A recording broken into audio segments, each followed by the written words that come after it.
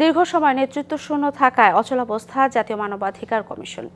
এর ফলে আইনি সহায়তা পাচ্ছে না মানুষ। এরপরও সরকার বলছে তড়িঘড়ি করে পুনর্গঠন করা হবে না জাতীয় মানবাধিকার কমিশন। এতে মানবাধিকার সূচক নেমে আসার শঙ্কা করছেন মানবাধিকার কর্মীরা। আর সরকারের প্রতি কমিশনের লেজুরবৃত্তি ঠেকাতে আইনের সংস্কার চান বিশেষজ্ঞরা। অধিকার বঞ্চিত মানুষের ভরসার একটি জায়গা জাতীয় মানবাধিকার কমিশন।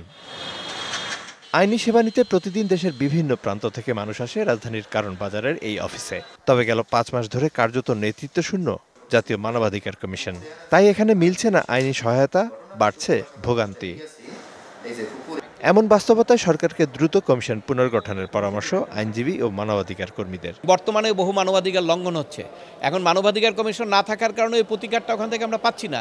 এখন এটা কি সরকার ইচ্ছা করে ওটা বন্ধ করে রাখলো কিনা, যে মানবাধিকার যেগুলো লঙ্ঘিত হচ্ছে সেগুলো যাতে মানবাধিকার কমিশনের মাধ্যমে সামনে না আসে, এটা একটা উদ্দেশ্য হতে পারে।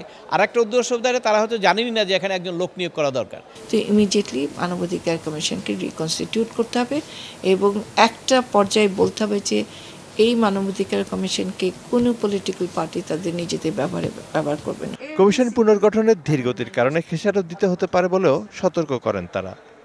আপনি যদি ওপেন করে দেন মানবাধিকার লঙ্ঘন হতেই থাকবে, আপনার কোনো প্রতিকার নাই, তাহলে তো সেখানে সূচকে আমরা নিচে চলে যাব, খুব স্বাভাবিক কথা।